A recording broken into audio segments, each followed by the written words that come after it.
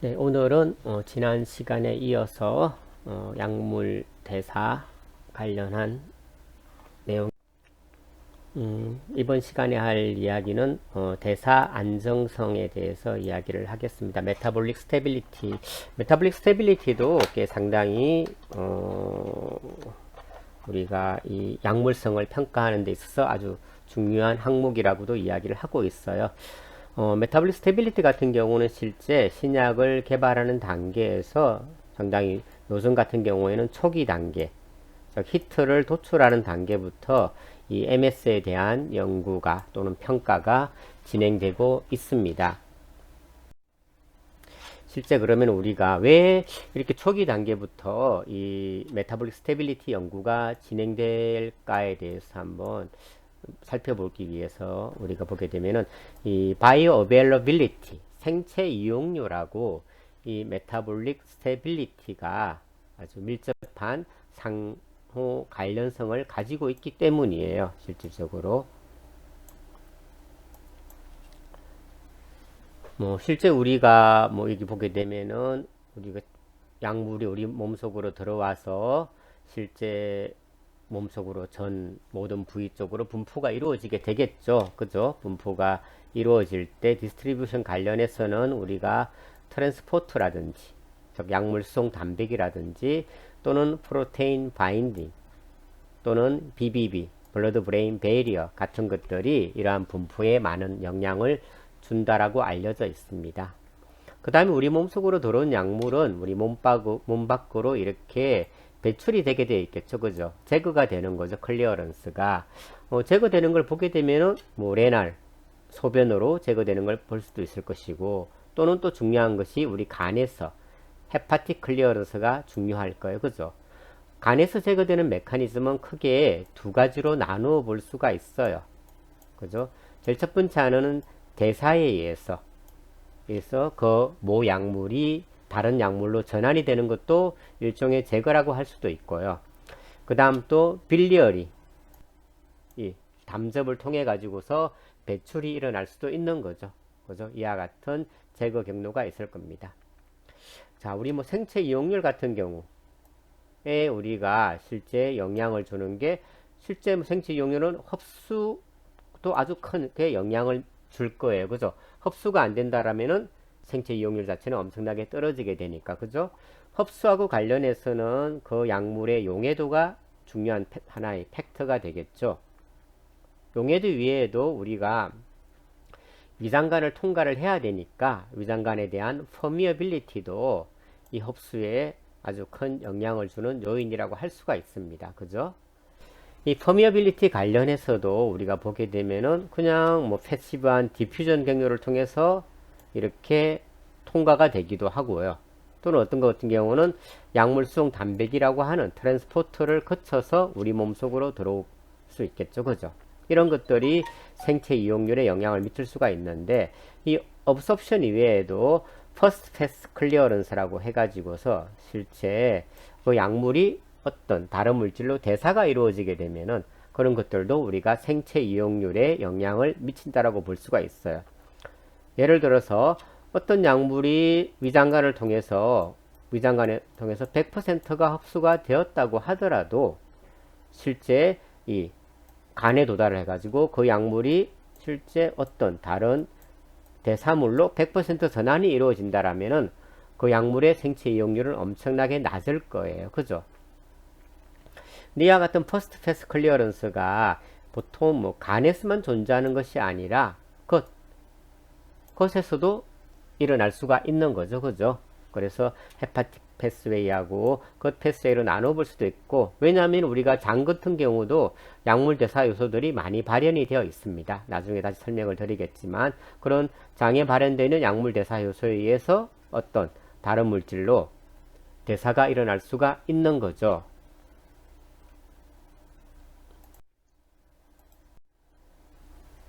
네.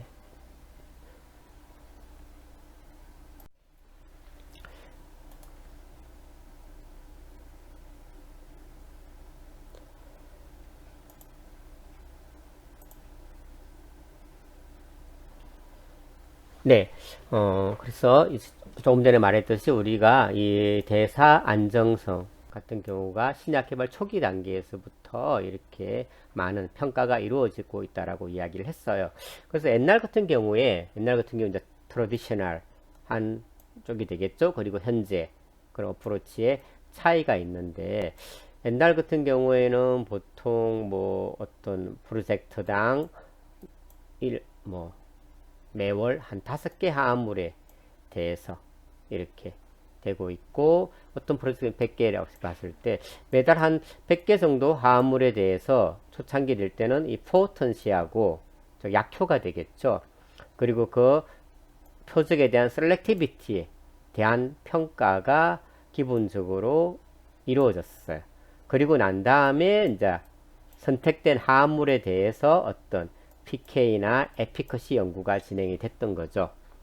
근데 최근에는 여기 포턴시나 셀렉티비티 이외에 한 가지가 더 루틴하게 평가가 되고 있는데 그 항목이 메타볼릭 스테빌리티가 되겠습니다. 그죠? 대사 안정성 연구를 초기 히트를 도출하는 단계부터 진행을 하고 있고 그렇게 하고 난 다음에 어떤 선택된 화합물에 대해서 PK하고 에피커시를 보는 방향으로 현재 신약 개발의 그런 초기 단계. 자, 실제 그렇다면 우리가 메타볼릭 스테빌리티 이 연구를 통해 가지고서 어떤 이점이 있어야 되겠죠, 그죠? 이 연구를 통해서 얻어지는 이점이 있기 때문에 실제 초기 단계부터 대사 안정성 평가를 진행하고 있을 거예요, 그죠? 거기에 대한 한 가지 예가 이 그림이 되겠는데, 자, 어떤 약물에 대해서 대사 안정성 평가를 해본 거예요. 대사 안정성 평가를 해보니까 그 약물이 low stability, 그죠? 스테빌리티가 별로 좋지 않은 거예요. 그죠? 스테빌리티가 좋지 않다라고 하는 것은 그 약물이 우리 몸속에서 그 모약물 형태로 많이 존재하지 않는다라고 하는 거죠. 그래서 이 연구진에서는 여기에 대한 사전 연구 결과를 바탕으로 인비보 에피커시 연구를 진행을 할 때 어떻게 했냐면은 이렇게 보게 되면 10에서 20분, 30에서 40분, 50에서 60분, 1시간 이내에 인비보 에피커시 평가를 진행을 했다라고 합니다. 왜? 그 약물의 스테빌리티가 좋지 않으니까, 그죠? 이게 긴 시간 이후에 예를 들어서 스테빌리티 좋지 않은 약물인데 예를 들어서 우리가 12시간째에 어떤 에피커시를 본다라고 한다면은 그게 어떤 의미가 있을까요? 그렇지는 않겠죠. 그죠? 왜냐하면 그 약물이 이미 다른 약물, 다른 어떤 메타볼로에 전환이 된 이유인데 어떤 에피커시가 나타날 수 있겠어요. 이렇게 연구를 하게 되면 무조건 우리는 에피커시를 볼 수가 없었을 거예요. 그죠? 그런데 이 연구진은 이 약물이 대사 안정성이 좋지 않구나. 그래서 1시간 이내에 한 에피커시를 봐보자라고 한 거죠. 그래서 10에서 20분, 30에서 40분, 50, 60분에서 에피커시를 보니까 어떻습니까? 10에서 20분에서는 어떤 효과가 나타나는 거예요. 여기가 비이컬 컨트롤입니다. 컨트롤에 대한 결과가 돼요. 저용량에서는 효과가 보이지 않았죠. 약간 고용량에서 보니까 10에서 20분에서 에피커시가 보였었어요. 30에서 40분에서도 에피커시가 보이는 거죠. 그런데 1시간이 되니까 어때요? 에피커시가 보이지 않는 거예요. 그죠? 그래서 이와 같은 실험 결과를 얻을 수 있었던 것도 결국은 대사 안정성 연구를 통해서 이 약물의 메타볼리컬리 언스테이블 하다라는 그런 사전 정보를 가지고 있었기 때문에 이와 같은 효과에 대한 어떤 결과를 얻어낼 수 있었다라고 볼 수가 있는 거죠. 자, 그렇다면 우리가 이 대사 안정성이라고 하는 것들은 우리가 실험적으로 어떻게 평가를 할 수가 있을까 살펴보게 되면 일반적으로 우리가 뭐 대사 안정성을 인비보에서 보지는 않을 거예요. 그죠? 그래서 일반적으로 인비트로 모델 시스템을 가지고서 평가를 하게 됩니다. 인비트로 모델 시스템에서. 그래서 일반적으로 서브셀룰라 프랙션, 가장 많이 사용하는 게 뭐죠? 우리가 마이크로소말 프랙션이 되겠죠. 마이크로솜.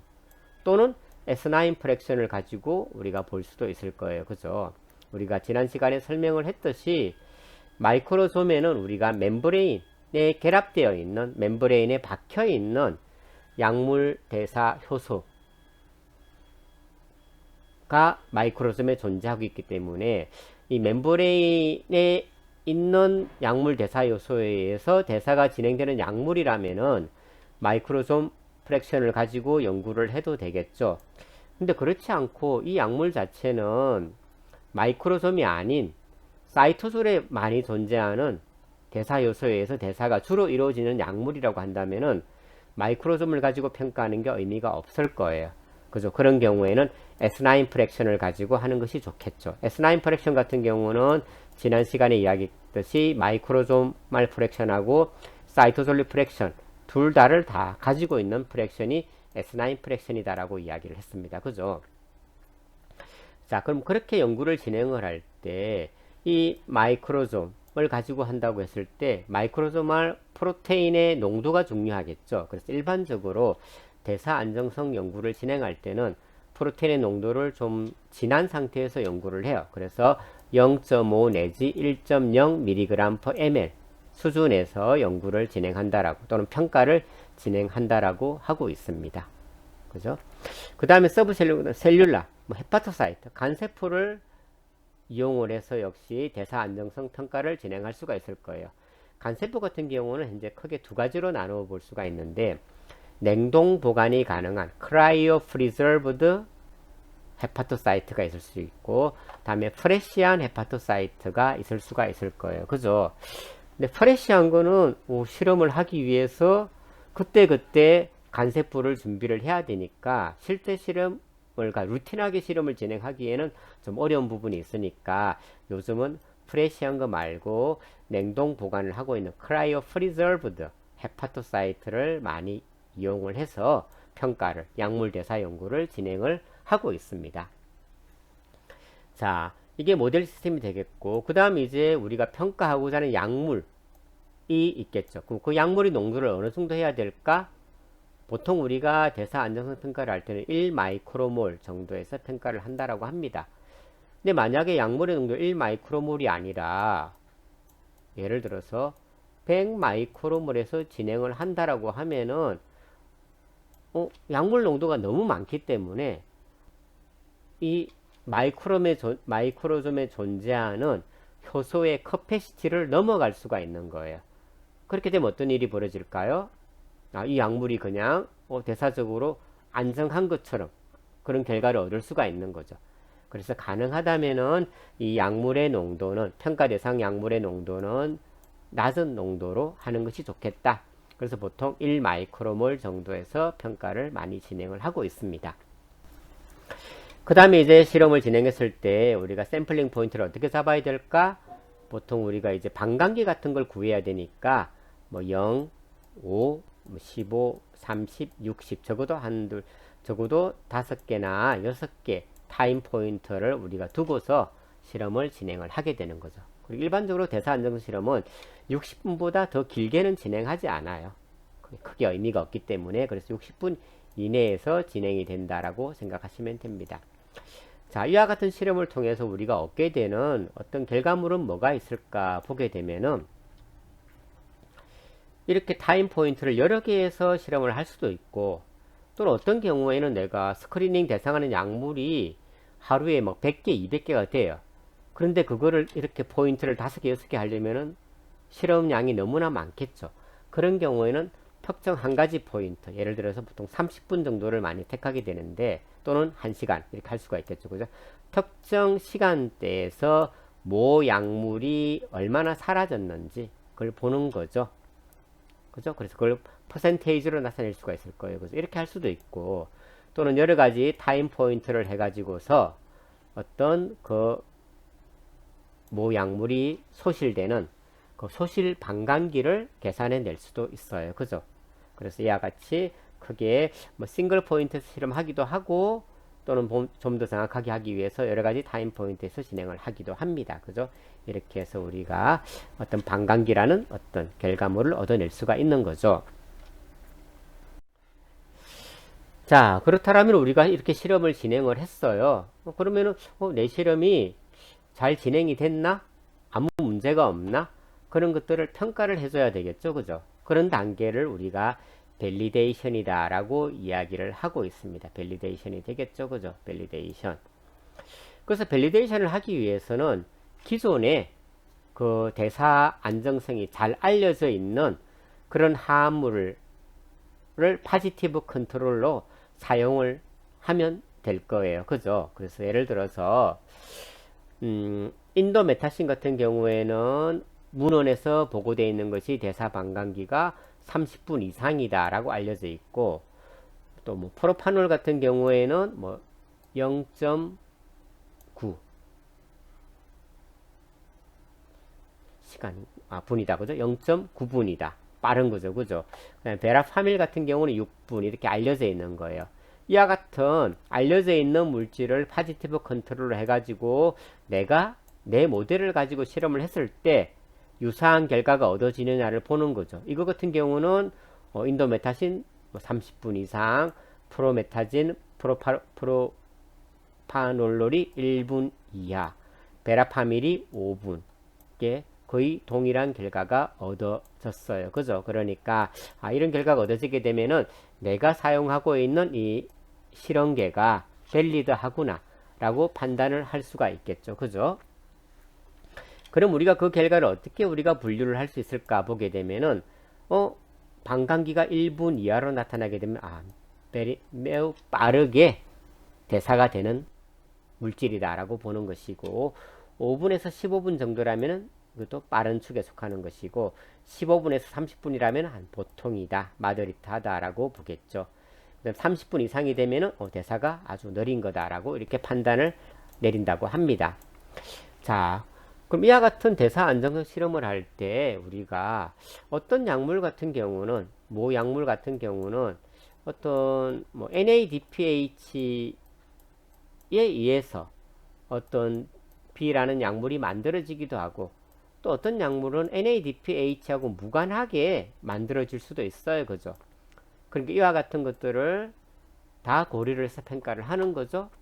그래서 마이크로좀에다가 NADPH를 넣고도 실험을 하고 넣지 않고도 실험을 수행을 하는 거죠. 그죠? 그렇게 해서 그 결과를 얻어내어 가지고서 내가 NADPH를 넣고 실험을 하니까 반감기가 5분이 나왔어요. 근데 NADPH를 넣지 않고 실험을 하니까 반감기가 한 30분 이상이 나왔어. 그 말은 뭐예요?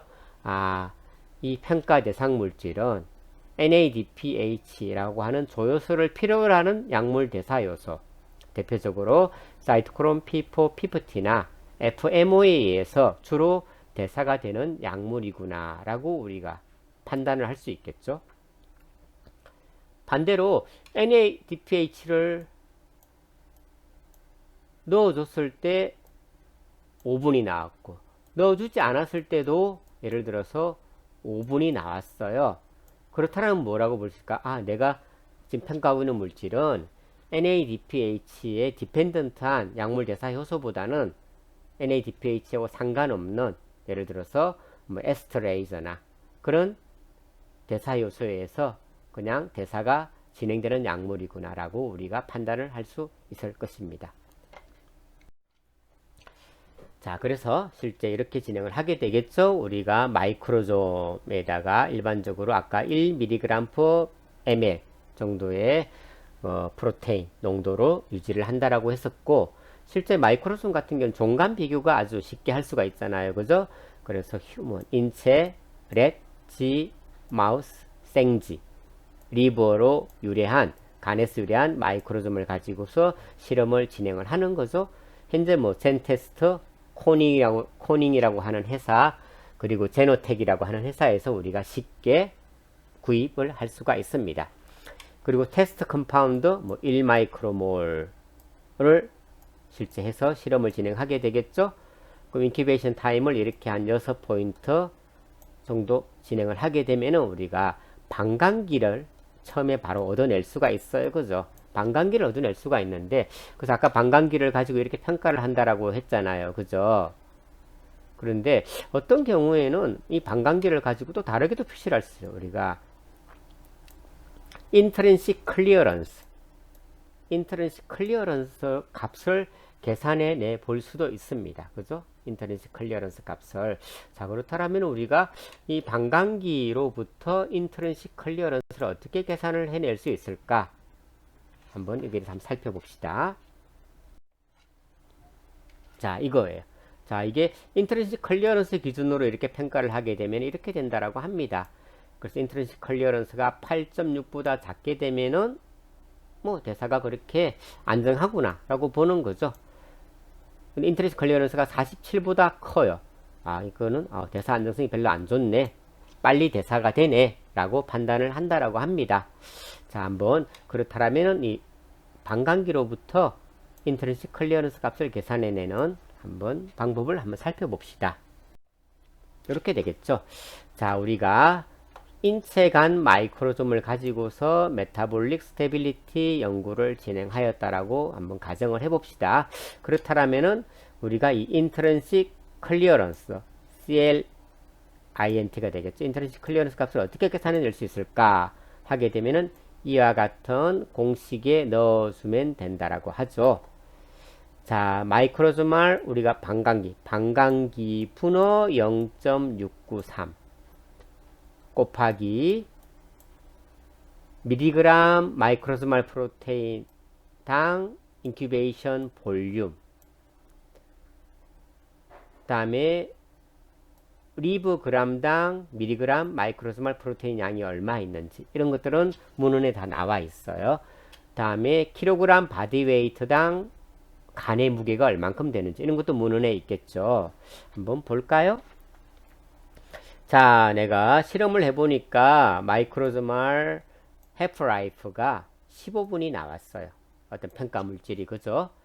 그 다음에 내가 실험에 사용한 마이크로조말 프로테인의 농도는 0.5mg/ml 수준에서 실험을 진행했다라고 합시다. 자, 리브그램당 마이크로조말 프로테인의 미리그램은 45mg/g이라고 하고요. 그리고 인체 같은 경우에 킬로그램 바디웨이트당 간의 무게는 20g/kg 이라고 합니다. 그래서 뭐 50kg이 되면은 간의 무게가 한 100g 정도 되는 거죠. 간이 꽤 커요, 우리 인체가. 자, 그럼 이와 같은 값들을 이제 어떻게 해요? 여기에 넣어주면 되는 거죠. 그죠? 한번 계산을 해볼까요? 자, 0.693 나누기 15를 넣어주겠죠. 자, 우리가 인큐베이션 볼륨을 1mm로 했다고 합시다. 그리고 그때 1mm 안에 0.5mg 프로테인이 존재하겠죠. 그죠? 그 다음에 g당 45mg의 프로테인이 있고 kg당 20g의 간이 존재를 해요. 그럼 계산하게 되면은 83ml per kg 이와 같은 인트린식 클리어런스 값을 우리가 얻어낼 수가 있는 거죠. 그럼 이 값을 가지고서 이 약물이 빨리 대사가 되는 약물이구나 라고 우리는 알 수 있을 거예요. 그죠? 자, 그 다음. 자, 실제 한번 그러면은 우리가 이 인트린식 클리어런스 값하고 어떤 파마코키네틱 값하고 어떤 서로 상관관계가 있을까? 뭔가 상관성이 있을 거예요. 그죠? 그러니까 우리가 메타볼릭 스테빌리티 연구를 진행을 하는 거죠. 자, 종에 따라서 조금 다른데요. 종에 따라서 우리가 생지, 지, 원숭이, 인체 이렇게 네 가지 종에 대해서 한번 살펴봅시다. 자, 헤파틱 블러드 플로우라 해가지고서 HBF가 있어요. 간으로 가는 우리 혈액의 속도가 되겠죠. 생지 같은 경우는 상당히 빨라요. 90. 휴먼 같은 경우는 21 정도의 값을 가지고 있다라고 합니다. 결국은 90 밀리리터당 분당 킬로그램 이렇게 될 거예요. 그죠? 자, 그렇다면 우리가 로우 클리어런스를 같은 경우는 이 헤파틱 블러드 플로우의 20% 정도에 해당하는 것을 로우 클리어런스라고 하고, 하이 클리어런스는 헤파틱 블러드 플로우의 80% 정도에 해당하는 값을 이렇게 하이 클리어런스라고 합니다. 그럼 생지 같은 경우는 90이니까 18 72가 되겠죠. 인체 같은 경우는 21이니까 47 이와 같은 값이 얻어질 거예요. 그죠? 그래서 우리가 실제 어떤 종에서 얻은 intrinsic clearance 값을 가지고서 각 종에 따라서 이 평가하는 이 척도가 있으니까 이거를 가지고서 우리가 어떤 pK를 한번 예측해 볼 수 있겠다라고 하는 거죠. 자, 실제 봤을 때, 자, 어떤 약물, 이거 같은 경우는 렛 리버 마이크로즘을 가지고 실험에서 얻은 대사 안정성 결과예요.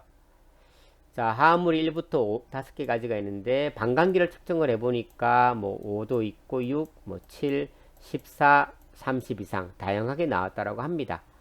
이 반감기를 가지고 우리가 인트린식 클리어런스를 계산할 수 있다라고 이야기를 했어요. 그래서 해보니까 53, 55, 49, 18, 14가 나온 거죠. 그리고 PK 연구를 통해 가지고서 한번 생체 이용률을 우리가 얻어봤어요. 그러니까 53이 넣은 약물 같은 경우는 생체 이용률이 3%로 엄청 낮았어요. 14가 넣은 약물 같은 경우는 생체 이용률이 41로 높았던 거죠. 그죠? 그러니까 뭔가 이 인트린식 클리어런스하고 대사 안정성하고는 어떤 상관성을 가지고 있다. 그러니까 우리가 초기 단계 동물 실험을 거치지 않고 인비트로에서 이 대사 안정성을 평가하는 것이 필요하겠다라는 것을 알 수가 있습니다. 자, 뭐 저희 실험에서 한번 진행해 본 결과가 되겠는데요. 자, 대사 안정성 같은 경우 인체간 마이크로즘을 했는데 실험을 해보니까 일상 대사 효소에 대한 안정성을 먼저 봤어요. 해보니까 되게 안정해요. 그죠? 거의 분해가 안 일어나요. 일상 대사 효소에 대한 안정성은 우리가 결국 NADPH를 넣어주고서 실험을 한 거죠. 일상이라기보다는 CYP 효소에 대한 안정성이라고 볼 수가 있을 거예요. 그죠? 이런 결과가 나오니까 이 약물은 대사적으로 매우 안정하다. 그럼 생체 이용률이 아주 좋겠다. 그렇게 판단할 수 있을 거예요. 그죠? 그런데 1상하고 2상 여기서는 NADPH를 넣어주고 그 다음에 2상 UGT의 조효소인 UDPGA를 넣어준 거예요. 해보니까 뭐 실험 결과가 이렇게 나왔어요. 뭐 거의 대사 안정성이 좋지 않은 거죠. 빨리 분해가 일어나는 거예요. 그래서 이 결과를 통해서 우리가 얻을 수 있는 결과는 뭐일까요? 이 평가 대상 물질은 대사 안정성이 좋지 않다. 좋은 약물은 아니다. 아마 생체 이용률이 좋지는 않을 것이다. 그리고 두 번째 알 수 있는 것은 이 약물은 이 P450이라고 하는 약물 대사 효소에 의한 대사보다는 UGT라고 하는 이상 약물 대사 효소에 의한 대사가 더 메이저하게 일어나는 약물이다 라고 것을 알 수가 있는 거죠. 이런 실험을 통해서. 자, 실제 뭐 대사 안정성에 대한 현재 시판 중인 약물의 대사 안정성에 대한 자료는 상당히 많이 나와 있어요. 뭐 베이직한 약물들 또는 중성 약물들 또는 엑시딕한 약물들 많이 있어요. 그죠? 결과를 보게 되면 베이직하다고 또는 중성이라고 또는 엑시딕하다라고 해서 뭐 대사 안정성이 좋다 나쁘다 그렇게 평가할 수는 없어요. 그죠? 보게 되면은 뭐 우리 이 미다졸람 같은 거 많이 쓰잖아요. 그죠? 마취 그런 거 할 때 뭐 보게 되면은 대사 반감기간 3.9 4분밖에 안 돼요. 매우 빨리 대사가 일어나는 약물인 거죠. 그죠? 그리고 프로파페논 같은 경우도 8분 반감기가 되게 짧아요. 뭐 그럼에도 불구하고 이들 약물이 실제 개발되었던 것은 다 이들 약물들은 초창기 약물들이에요. 다른 대안이 별로 없었던 거죠. 그러니까 대사 반감기가 조금 짧아도 뭐 실제 약으로서 이렇게 쓸 수가 있었던 거죠. 뭐 최근에는 뭐 이런 약물보다 더 효과는 좋으면서 또 대사 안정성도 좋은 약물들이 많이 개발이 되었기 때문에 최근에 이렇게 또 많이 대체가 되고 있겠죠. 그죠?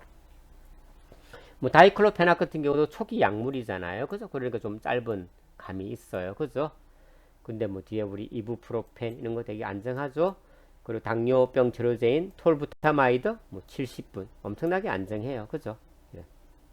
결과들을 우리가 보여주고 있습니다. 그죠? 그럼 이와 같은 대사 반감기로부터 우리가 인터넷 클리어런스 값을 계산해낼 수 있다라고 이야기를 했었죠. 이렇게 계산을 할 수 있다.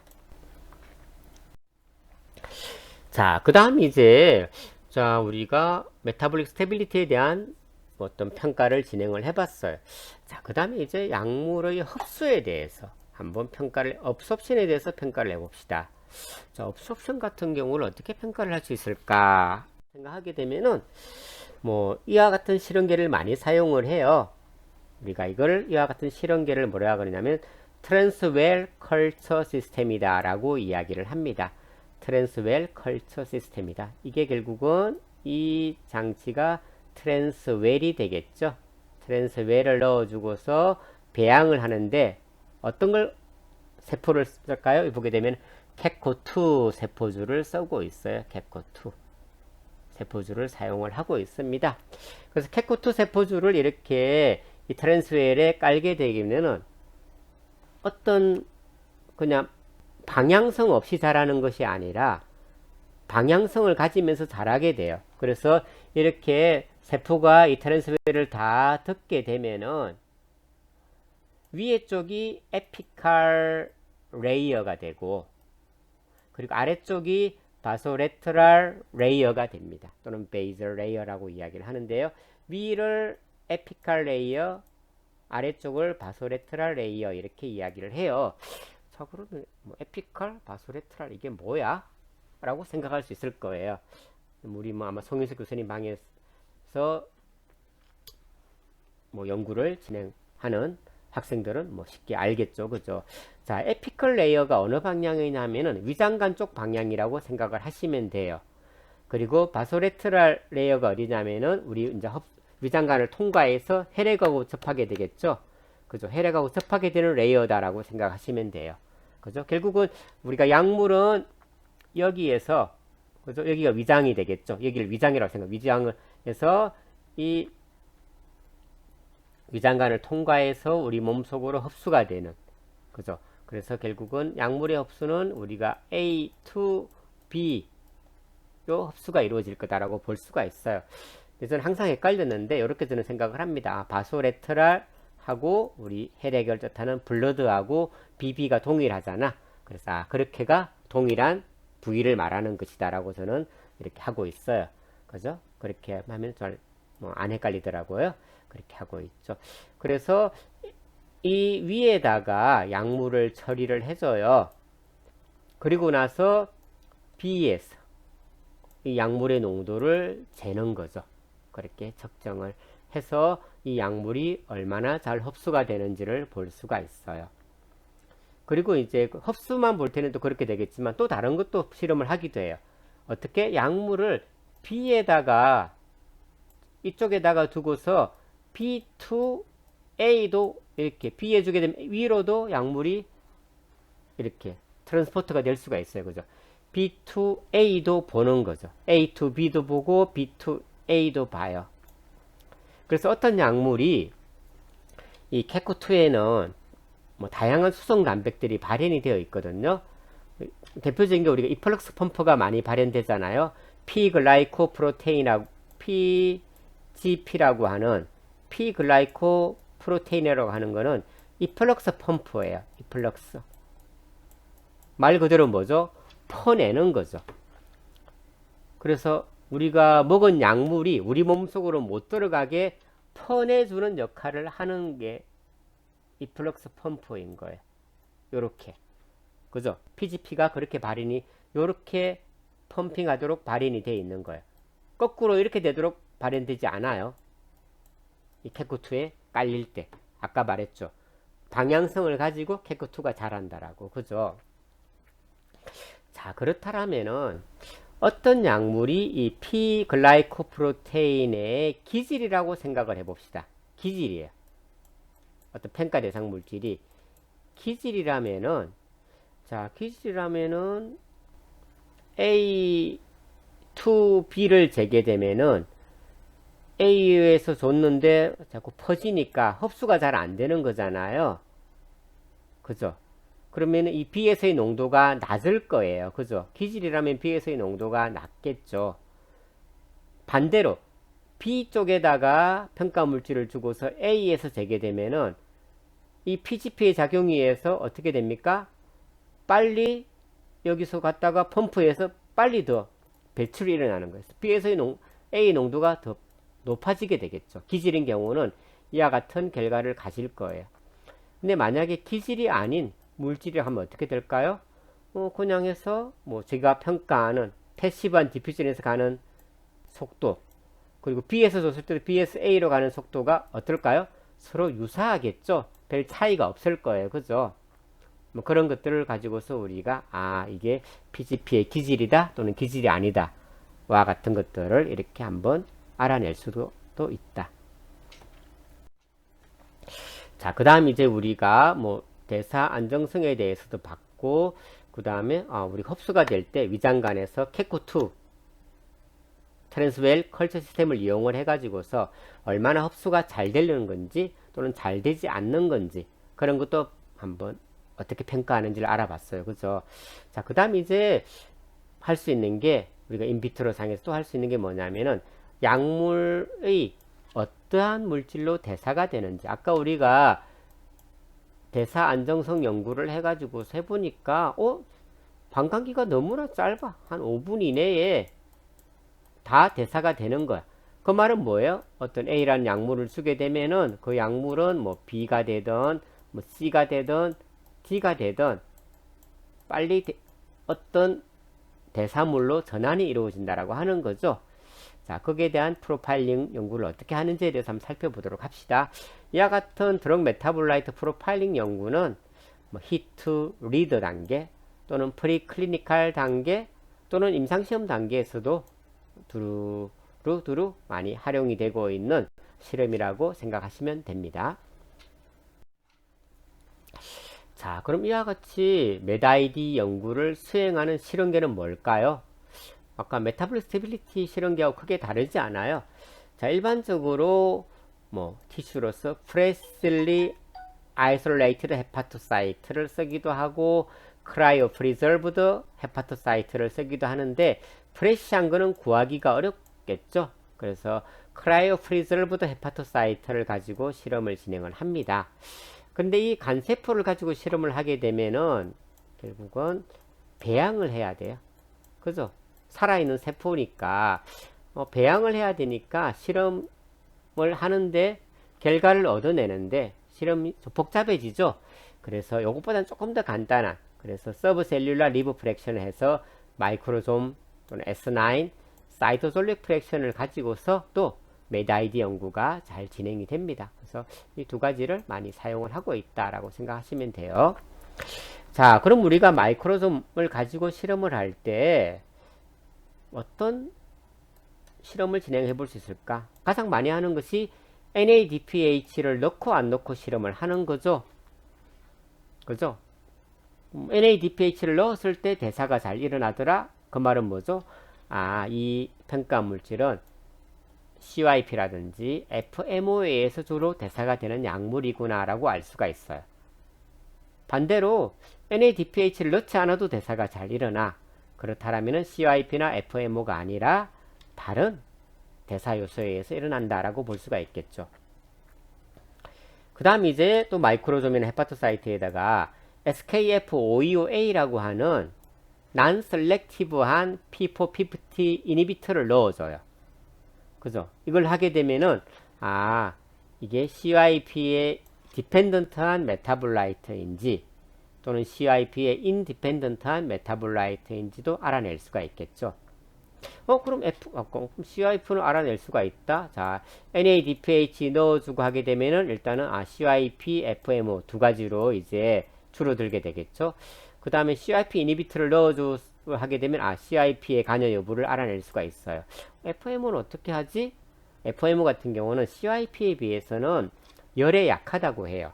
그래서 일반적으로 고온은 아니고 한 45도씨에서 한 5분 정도 트리트를 마이크로솜을 가지고 이렇게 방치를 하게 되면은 이 FMO 활성이 없어진다라고 합니다.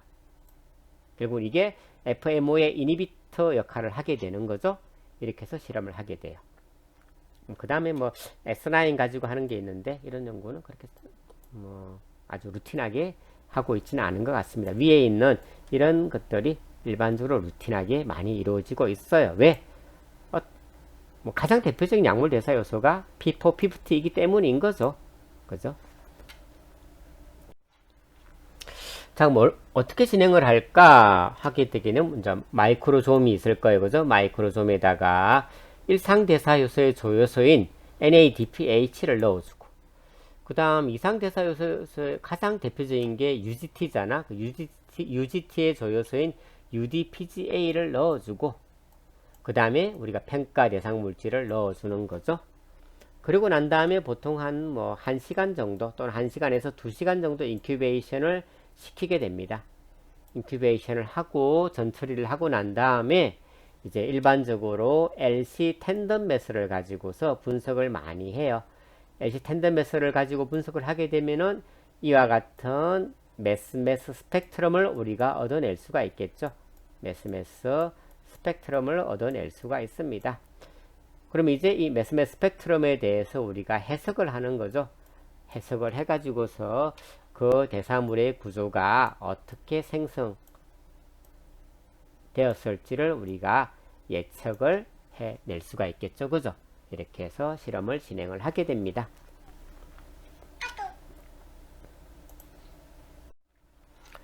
자, 이 연구 같은 경우는 상당히 오래 제가 피리벤족심이라고 하는 어떤 물질인데요. 이 물질에 대한 메타볼릭 패스웨이 연구를 2000년도니까 사실은 제 박사학위 논문으로 수행을 했던 그런 화합물이에요. 피리벤족심을 가지고, 피리벤족심은 좀 복잡하죠? 이렇게 생겼어요. 피리벤족심이 이렇게 상당히 복잡한 구조를 가지고 있구나 라고 볼 수가 있어요. 제가 이걸 가지고 실험을 해보니까 사이토크롬 P4, P50에 의해서 이렇게 하이드록실레이션이 되는 하나가 된 대사체를 볼 수가 있었고, 그 다음에 두 개가 된 건데 하나가 빠졌네. 여기 OH, 여기 OH가 있는, 그죠? 두 개가 된 대사체를 확인할 수가 있었어요. 그 다음 여기를 보게 되면은, 자, 구조를 보게 되면은, 자, 여기 에스테르 결합이 존재하잖아. 그죠? 에스테르 결합이 있어요. 그죠? 에스테르 결합은 원래 잘 끊어지잖아. 에스테르 결합, 에스트레이즈에 의해 가지고서 끊어지게 되면 두 가지 물질이 나오게 되겠죠. 왼쪽에 있는 게 벤조페논 옥심이 나올 수 있고, 그죠? 그 다음에 또 어디 갔죠? 반대편에 있는 게 이게 이제 비스피리박이라고 하는 또 다른 물질이었어요. 이렇게 두 가지가 나올 수가 있는 거예요. 그죠? 가수분에 의해서. 그리고 이것도 우리가 확인을 했고, 그리고 벤조페논 옥신 같은 경우는 또다시 대사가 되어서 이렇게 벤조페논이 또 인비보에서, 인비트로가 아니라 동물 실험을 통해서 확인했어요. 인비보에서 확인이 되고, 그리고 이 벤조페논 옥심이 다시 벤조페논 옥심 글류크로나이드 이상대사가 다시 일어나는 것을 또 역시 그 동물 실험을 통해서 확인을 했습니다. 그 다음 이 M4라고 하는 대사물도 인비보상에서 보게 되면은 여기가 이스 결합이잖아요. 그죠? 이스 결합이 끊어져서 이와 같은 M3가 나오는 걸, 여기도 H가 하나 빠졌다. 그죠? M3가 생성되는 걸 확인할 수가 있었습니다. 그래서 총 이와 같은 물질들을 제가 볼 수가 있었던 거죠. 그죠? 자, 그렇다면은 한번 이와 같은 대사물을 우리가 어떻게 확인하는지 한번 살펴봅시다. 자, 제일 처음에 이제 마이크로좀을 가지고 이제 대사 실험을 진행을 해요. 그죠? 제가 실험을 진행을 해보니까 컨트롤은 그냥 물질을 넣어주지 않았으니까 이와 같은 크로마토그램을 얻었어요. 자, 이 당시에는 제가 보통은 매스가 그렇게 일반적이지 않았어요. 그래서 항상 이런 실험을 할 때는 검출기 뭐 썼겠습니까? 업솔번스가 있으니까 UV 디텍터를 써가지고서 실험을 한 거죠. UV 디텍터를 가지고 실험을 한 거예요. 그러니까 컨트롤 넣으니까 별로 피크가 나오지 않았어요. 근데 이제 피리벤족심을 넣고 마이크로좀을 가지고 실험을 해보니까 어떻게 됐습니까? 피크가 작은 것도 있지만 일단 큰 거 하나, 2개, 3개, 4개가 보이더라고 하는 거죠. 4개가 보였어요. 해보니까 이제 그 당시 제가 이제 표준 물질을 또 확보할 수가 있잖아요. 그죠? 그래서 비스피리박하고 벤조페놀 옥시몬 표준 물질을 가지고 있었거든요. 해보니까 이거 2개는 제일 처음 거는 비스피리박이고 두 번째 거는 벤조페놀 옥심이다라는 걸 알 수가 있었고 M7하고 M8은 뭔지 몰랐어요. 이게 뭘까? 이제 그 구조를 이제 밝혀야 되겠죠. 자, 이 M7, M8의 구조를 밝히기 위해서는 결국은 이제 그 당시는 아주 획기적인 기기였던 이제 메스메스를 사용을 하게 되는 거죠. 메스메스를 우리가 사용을 해서 이거를 밝혀내게 됩니다. 자, 우리가 대사물의 구조를 동정하기 위해서 가장 처음 해야 될 일은 뭐냐 하면은 모화합물의 모화합물의 일단은 매스 스펙트럼을 얻어내는 거예요. 자, 모화합물 피리벤족심입니다. 를 찍은 거예요. 찍으니까 이 어떻게 돼요? 610이라는 MH 플러스 결국은 피리벤족심의 분자량은 얼마라는 거죠? 609라는 거죠. 얻어낼 수가 있었습니다. 그죠? 그러니까 그 다음에 또 대사물 하나 아까 M7이었나요? 대사물 하나는 보니까 626을 가지고 있어요. 626. 그럼 얼마가 증가가 됐어요? 플러스 16이 증가가 됐죠. 그러니까 산소가 하나 붙었네 라고 우리는 예측해 볼 수가 있어요. 그죠? 그 다음 또 M8을 보니까 642에서 또 피크가 보여요. 그럼 이것도 보니까 역시 또 16이 증가가 됐어. 그 말은 모화합물에서 산소가 몇 개 붙었다? 2개가 붙었다라고 알 수가 있는 거죠. 그죠? 이렇게. 이런 결과를 볼 수가 있었습니다. 자, 이런 결과를 이제 얻었어요. 자, 그 다음 이제 뭘 해봐야 될까요? 이것만 가지고 구조를 할 수가 없으니까 610이라는 이온에다가 에너지를 줘서 그죠? 매스매스 스펙트럼을 얻어내는 거죠. 얻어낸 결과가 이와 같은 결과예요. 해보니까 610을 깨니까 뭐가 그랬어? 180하고 413이 얻어지더라. 메이저로 그죠? 깨끗하죠? 이렇게 얻어졌어요. 자, 그럼 해보니까 이 구조를 해석을 해보니까 183은 벤조페놀 옥심에 여기가 깨지게 되면은 180이 나오는구나 알 수 있었고, 다음에 413은 에스터 결합이 끊어지게 되면 413이 나오는구나를 알 수가 있었습니다. 그죠? 이렇게 해서 나는 이제 모화합물에 대한 매스매스 스펙트럼을 해석을 다 해낸 거죠. 뭐 나머지는 크게 피크가 크지 않잖아요. 그죠? 자, 그 다음 이제 아까 뭐 M7이었나요? 이게 7이고, 이게 모화합물이고, 이게 M8이라고 합시다. 그죠? 자, M7을 역시 깨봤어요. 깨보니까 180은 똑같이 나오고 429가 나왔어요. M8 180이 나오고 445가 나왔어요. 자, 429는 413에서 역시 플러스 16이죠. 445는 여기서 다시 플러스 16이에요. 그 말은 뭐죠? 산화가 되기는 되었는데 이 벤조페놀 옥신 그룹의 산화가 된 것은 아니다. 아래쪽에 있는 위치에서 산소가 들어갔다 라고 알 수가 있었던 거죠. 그죠? 자, 그럼 이제 산소가 어디에 들어갔을까를 해봐야 돼요. 그럼 어떻게 할 수 있어요? 다시 이제 한 번 더 한 거죠. 이 429라는 이온을 가지고 한 번 더 깨는 거예요. 자, 이렇게 하나 되고 두 개 된 거. 16, 30이니까 하나 들어가고 두 개가 들어간 걸 예측을 해봤죠. 그죠? 자, 그 다음에 이제 이 429라는 이온을 한 번 더 선택을 해서 깬 거예요. 결국 이거는 매스에 3승을 한 거죠. 위에 이 두 개는 이거는 매스에 2승을 한 거예요. 매스를 한 거고 이거는 매스를 한 거예요. 자, 428을 선택을 해서 깨게 되니까 아주 특이한 이온이 나왔습니다. 중요한 게 요거일 거예요. 요거 139하고 155라는 이온이 관찰이 되었어요. 이게 아주 중요한 의미를 가지고 있는 이온이었어요. 자, 여기에 대해서 그러면 이제 뭐 조금 이따가는 다시 설명을 드릴 건데요. 그러면은 메스는 뭐지? 메스는 뭐지? 거기에 대해서 약간 조금 뭔가 궁금해하는 학생이 있을 것 같으니까 조금 설명을 드릴게요. 자, 우리가 이 LC 메스라 그러잖아요. 텐덤 매스 스펙트로메트리라고 이야기를 하고 있어요. 그죠? 텐덤 매스 스펙트로메트리. 그 이유는 뭐죠?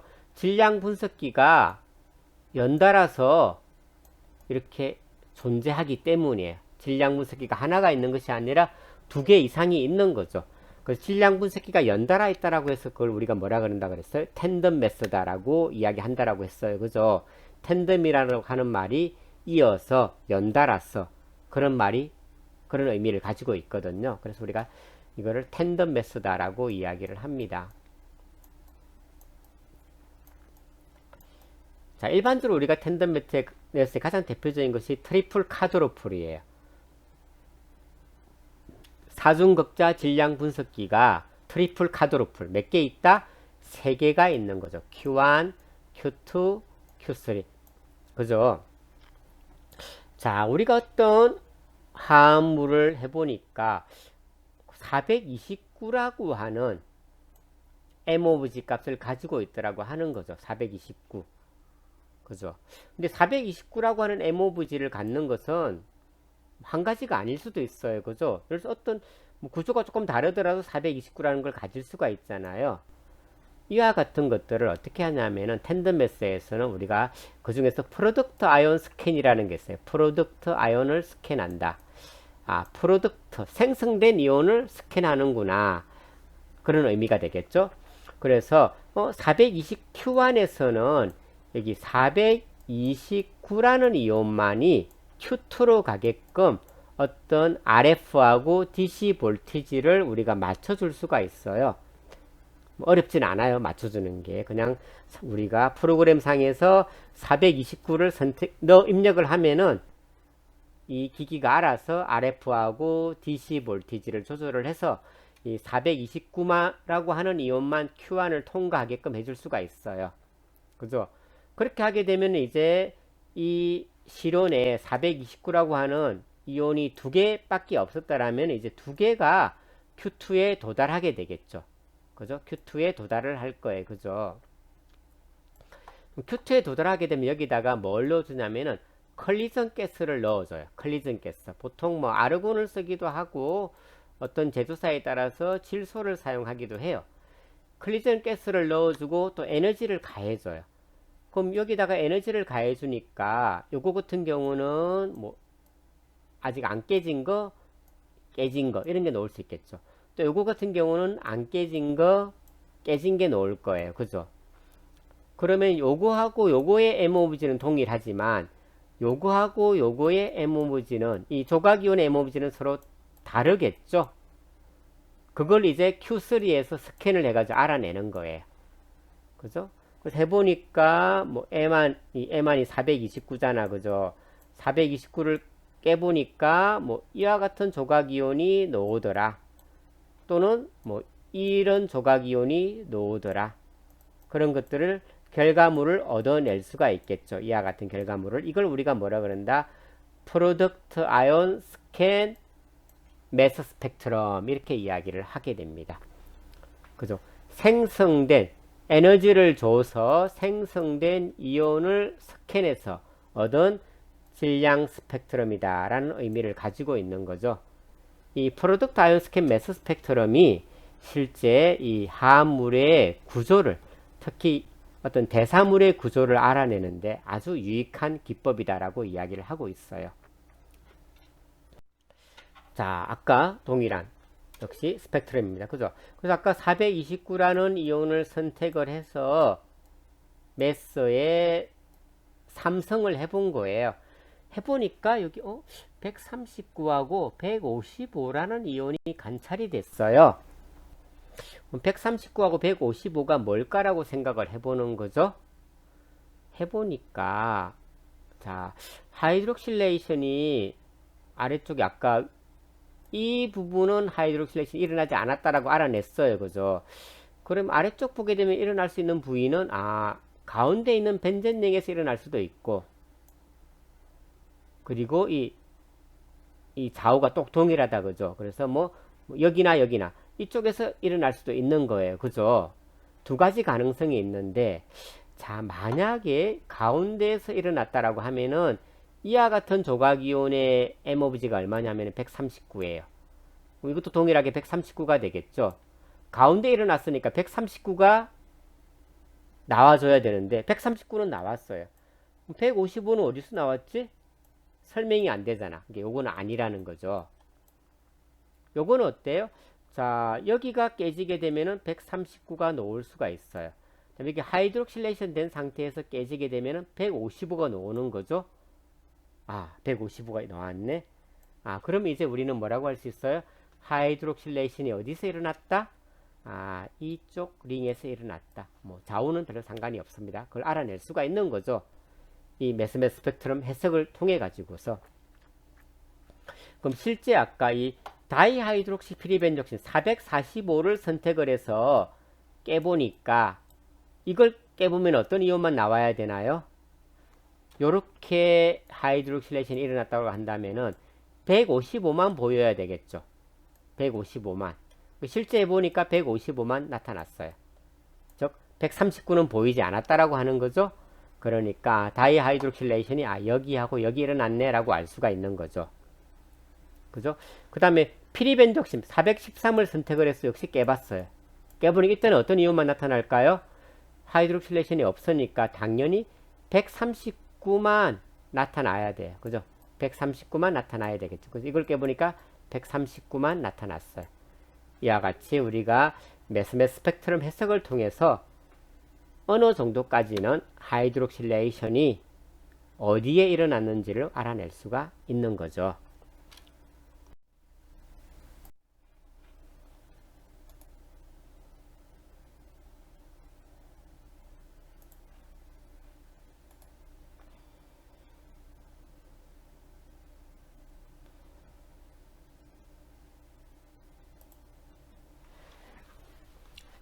네, 자, 조금 전에 하이드록실레이션 위치에 대해서 한번 확인을 했었고요.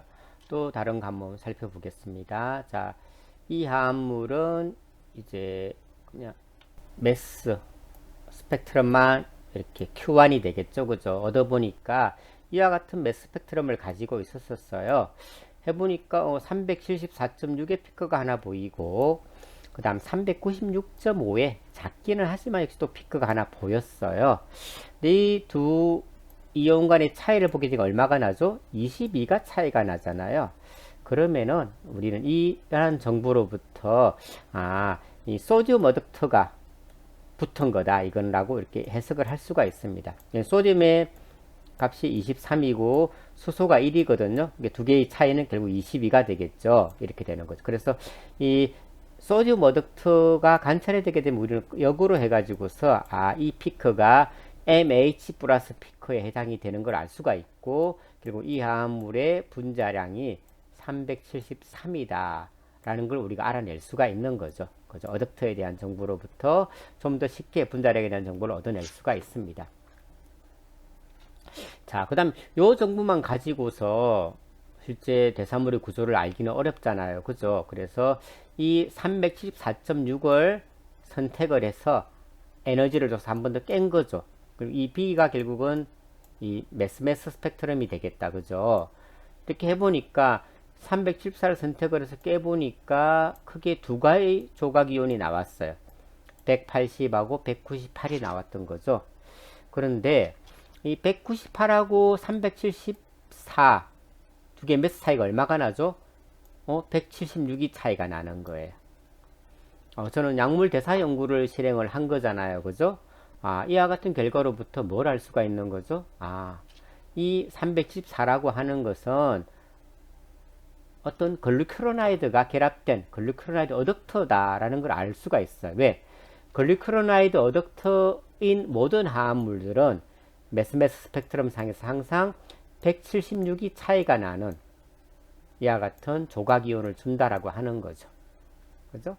그렇게 알 수가 있었고, 그 다음에 이제 그게 198이었잖아요. 198은 보니까 벤조페논 옥심인 거예요. 180은 여기가 끊어지게 되면 180이 노는 거죠.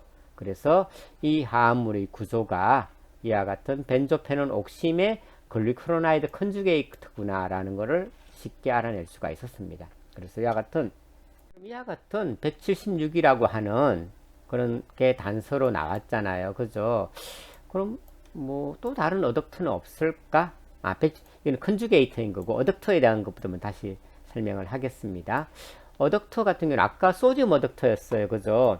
소디움 어덕트는 아까 22, MH보다 22가 증가되는 곳에서 나타나요. 항상 그런 것들을 좀 이렇게 질량 스펙트럼을 볼 때는 이런 것들을 미리 염두에 두고 보는 게 좋아요. 그 다음에 또 메탄올 어덕트가 나타나기도 해요. 메탄올은 32가 붙는 거죠. 소디움만 존재할까요? 아니요. 포타시움 어덕트도 잘 보여요. 이거는 38이 되겠죠. 그 다음에 메탄올만 붙을까요? 용매가? 아니요. 내가 아세토니트릴을 이동상 용매로 많이 사용하잖아. 그죠? 그래서 아세토니트릴 어덕트도 많이 나와요. 그거 같은 경우는 41이 돼요. 우리가 많이 볼 수 있는 거죠. 그 다음에 우리가 중성 지질 분석하게 되면 어떤 어덕트가 잘 보이나요? 암모니아 어덕트가 잘 보이잖아. 그죠? 암모니아 어덕트는 17이 증가된 걸 볼 수가 있어요. 그 다음에 우리가 또 파지티브 이온에서만 분석하는 게 아니잖아. 그죠? 네가티브 모드에서 분석하게 되면 클로라이드 어덕트가 많이 보여요. 이거는 35가 되겠죠. 그리고 클로라이드 어덕트 같은 경우는 아이소톱이 있잖아. 그죠? 35 말고 37이 있으니까 37 어덕트도 관찰이 돼요. 비율은 몇 대 몇으로? 3대 1의 비율로 관찰이 되는 거죠. 그 다음에 포르메이트 어덕트도 관찰이 돼요. 46이 붙습니다. 아세테이트 어덕트는 60이 붙어요. 이런 것들을 우리가 네가티브 모드에서는 이와 같은 것들을 볼 수가 있는 거죠. 자, 그 다음에 이제 조각이온이 나오는 거에 대해서 조각이온이 어떻게 만들어질까? 그럼 이와 같은 아주 복잡한 구조를 가지고 있는 그죠? 지방산의 일종이다. 그죠? 지방산의 일종에 어떤 뭐가 붙었어요. 그죠? 이게 이렇게 많이 나오는데 이런 것들이 아무 때나 다 깨질 수 있는 건가? 그죠? 뭔가 조각이온이 생성되는 데 있어 가지고서 어떤 룰은 있지는 않을까? 라고 사람들이 생각을 하기 시작한 거죠. 그 중에 대표적인 사람이 이 맥 라퍼티라고 하는 사람이에요. 맥 라퍼티라고 하는 사람이죠. 그죠? 코넬 대학에 계신 분이죠. 그죠? 그래서 맥 라퍼티라고 하는 사람이 이렇게 조각이온이 생성되는 걸 많이 관찰하다 보니까 감마 하이드로젠을 가지고 있는 경우에 어떤 리어레인지먼트가 나타나더라 라는 걸 알게 되는 거죠. 감마. 자, 이거 같은 경우에 한번 봅시다. 자, 보게 되면은 이 케톤기를 중심으로 해가지고서 알파, 베타, 감마잖아요. 여기 감마에 하이드로젠이 붙어 있잖아요. 그죠? 감마에 하이드로젠이 있는 경우에는 이와 같은 전자 전달에 의해서 어떻게 되더라? 요렇게 끊어지는 조각이온이 관찰이 되더라. 요렇게 나오는 거죠. 이런 조각이온이 나오더라. 이런 걸 알게 되는 거죠. 그죠? 이걸 우리가 뭐라 그런다? 맥 라퍼티 리어레인지먼트다 라고 이름을 붙이게 됩니다. 그죠? 이렇게. 뭐 감마 하이드로젠은 이거 같은 경우도 벤젠링에 여기를 중심으로 해서 알파, 베타, 감마잖아. 그죠? 감마에 하이드로젠이 있어요. 역시 리어레인지먼트에 가지고서 이와 같은 조각이온이 관찰이 항상 되더라는 걸 알게 되는 거죠. 자, 이거 같은 경우도 케톤기에 알파, 베타, 감마에 하이드로젠이 있잖아. 그죠? 그러니까 요렇게 해서 이렇게 생성되는 이온이 관찰되더라. 이게 감마 하이드로젠이에요. 이거 같은 경우 역시 나이트르가일 중심으로 해서 알파, 베타, 감마 하이드로젠이 있잖아. 그죠? 전자 전달에 의해 가지고서 이와 같은 조각이온이 관찰이 되더라. 그죠? 이와 같은 하나의 규칙을 알아낸 거죠. 이런 이온들은 잘 생성이 된다라는 걸 보게 된 거예요. 그죠? 그렇게 해서 이게 373이라는 이온이 나온 거를 알게 된 거죠. 자, 그 다음에 또 맥라프티가 해보니까 좀 복잡하긴 한데, 이렇게 컨주게이티드 알킨의 경우에 17 시그마 트로픽 시프트가 나타나더라. 자, 보면 컨주게이티드 알킨이잖아. 그죠? 그죠? 알킨이에요. 자, 이런 경우에 보니까, 자, 봅시다. 컨주게이티드 하나, 둘, 세 개. 그죠? 그러면은, 자, 1, 2, 3, 4, 5, 6, 7. 1, 7이잖아. 그죠? 1, 7에서 이렇게 전자선달에 의해 가지고서 요렇게가 되면서 여기가 이와 같은 조각이온이 되고, 그런 다음 여기가 다시 끊어져 가지고 이와 같은 것이 만들어지더라. 이걸 알아내게 됩니다. 이게 17 시그마 트로픽 시프트가 되는 거죠. 그죠? 이렇게 되는 걸 알아내게 됩니다. 그죠? 그래서 189가 나타나더라. 이렇게 되는 거죠. 이것도 마찬가지. 이것도 해보니까 실제적으로 17 시그마 트로픽 시프트에서 나타나더라. 약간 하나의 룰을 또 알아내게 된 거죠. 자, 그 다음에 이제 이거는 사실은 이와 같은 우리가 플라보노이드 같은 경우가 이와 같은 링이 이렇게 구성이 되어 있잖아요. 그죠? 근데 우리가 링이 깨지는 조각이온이 관찰이 잘 돼요. 생각보다. 링이 왜 깨지지 싶은데 링이 깨지는 게 관찰이 잘 되더라는 거예요. 그래서 이거를 보니까 이거는 원래 다이엘스 알드 반응이 어떤 반응이에요? 링을 만드는 반응이에요. 그런데 그 거꾸로 반응이 조각이온이 생성될 때 나타나는 거. 그걸 우리가 레트로 다이엘스 알드 리액션이다. 결론적으로 어떻게 해요? 링이 끊어지는 거죠. 원래 링이 있었는데 링이 이렇게 끊어지는 거예요. 이렇게. 어떻게 끊어졌어요? 여기가 끊어지면 이렇게 끊어지면 이렇게 끊어지고 그러니까 왼쪽이 이렇게 놓오고 오른쪽에 이렇게 놓오게 되는 거죠. 그죠? 이와 같은 레트로 다이엘스 알드 리액션에 의해서 링이 끊어지는 조각이온도 관찰이 잘 되는 것을 확인을 하게 됩니다. 자, 그럼 이와 같은 얘가 어디에 있을까? 제가 조금 전에 플라보노이드 이야기 했잖아요. 플라보노이드에서 이런 애들이 관찰이 잘 돼요. 자, 플라보노이드의 구조들입니다. 쿠에르세틴, 피세틴, 캠페롤, 플라보놀, 루테올린, 아피제닌, 그리신 다 플라보노이드의 그런 거예요. 그럼 이런 거 같은 경우 사실은 이런 링이 잘 안 끊어질 것 같은데 생각보다 잘 끊어져서 나타난다라고 하는 거죠. 결국은 이렇게 끊어지는 거예요. 이런 링들이. 그죠? 이런 조각이온들이 관찰이 되더라. 한번 볼까요? 자, 실제 플라보노이드의 구조예요. 아까 레트로 다이에서 알드방이 일어나기 요렇게 깨지는 조각이온이 관찰되는 그거예요. 실제 카테킨이다. 그죠? 녹차에 많이 있는 카테킨이에요. 플라보놀이다. 그죠? 자, 보게 되면 한번 볼까요? 자, 여기가 끊어지다. 어떻게 끊어져요? 요렇게 되는 거예요. 이 전자가 요렇게 되겠죠. 그죠? 그 다음에 여기 있는 전자는 어디로 가요? 여기 있는 전자는 요렇게 가요. 그럼 여기 있는 전자는 요렇게 가겠죠? 그럼 여기 있는 전자는 요렇게 가고, 여기 있는 전자는 요렇게 가고. 이렇게 가게 되면은 이와 같은 조각이온이 만들어지는데, 이 139라는 이온이 잘 관찰이 되는 거죠. 카테킨의 메스메스 스펙트럼 상에서. 그죠? 이런 것들. 예. 그죠? 자, 그 다음 또, 쿠에르세틴이에요. 비슷해요. 마찬가지예요. 얘도 여기가 끊어지게 되면은 이와 같은 153이온이 관찰이 되더라는 건 그죠? 마찬가지죠? 전자가 이렇게 가고, 여기 있는 전자가 이렇게 가고, 여기 있는 게 이렇게 가고, 이렇게 가게 되면은, 그죠? 여기가 CO의 이중결합, 여기, 이렇게 나왔죠? 그죠? 여기 전자가 있으니까 이렇게 나온 거고, 이런 이온들이 관찰이 되더라. 탁시폴린도 마찬가지예요. 역시 똑같은 메커니즘에 의해서 이렇게 끊어져 가지고서 이런 게 나타나는 거죠. 그죠? 그 다음, 아까 반대끈도 나타날 수 있잖아요. 그죠? 자, 요거 반대는 어떻게 돼요? 그럼 이렇게 되게 되면 여기가 처음에 나타나는 거는 요런 게 나타나는 거예요. 요렇게 해서 OH가 되고, 그 다음에 요렇게 하고,